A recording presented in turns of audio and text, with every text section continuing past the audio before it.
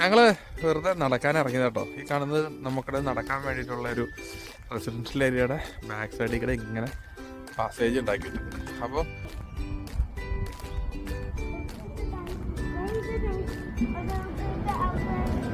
ഈ പാസേജിൽ കൂടെ നടക്കുമ്പോൾ എനിക്ക് തോന്നിയൊരു കാര്യമാണ് ഇന്നത്തെ ഈ ഷോട്ടിൽ ഉൾപ്പെടുത്തിയിരിക്കുന്നത്.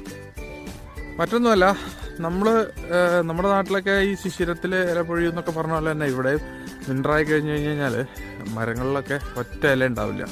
ഇത് കണ്ടില്ലേ, ഈ ഒരു വലിയ മരത്തിൽ ഒരു തുള്ളി ഒരൊറ്റ ഇല പോലും കാണാനില്ല കേട്ടോ. അപ്പോൾ ഇങ്ങനെയുള്ള ഒരു മരത്തിൽ നിന്ന് ഇല പോലും ഇല്ല കേട്ടോ. അപ്പോൾ ഈ ഇലകളൊന്നും ഇല്ലാതെ ഇവിടെ ഓക്സിജൻ എങ്ങനെയായിരിക്കും ഉണ്ടാവുക? നമ്മുടെ നാട്ടിൽ നമ്മൾ പറയില്ലേ ഓക്സിജൻ ഉണ്ടാവണമെങ്കിൽ മരം നട്ടുപിടിപ്പിക്കണം എന്നൊക്കെ. അപ്പോൾ യൂറോപ്പിൻ്റെ ഓക്സിജൻ ജനറേറ്റേഴ്സാണ് ഈ കാണുന്ന പുല്ലുകൾ. ഈ പുല്ലുകളാണ് ശരിക്കും പറഞ്ഞു കഴിഞ്ഞാൽ യൂറോപ്പിൻ്റെ ഓക്സിജൻ ജനറേറ്റേഴ്സ്.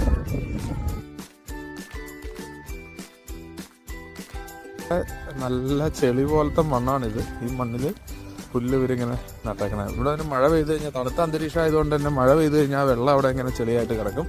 അതുപോലെ തന്നെ ഇതിൻ്റെ അത് നമുക്ക് കാണാവുന്ന ഒരു സംഭവം എന്ന് വെച്ച് കഴിഞ്ഞാൽ, നിങ്ങൾ നോക്കിയാൽ കാണാൻ പറ്റും, മണ്ണിരകൾ ധാരാളമായിട്ട് ചെളിയിൽ ഉണ്ട്.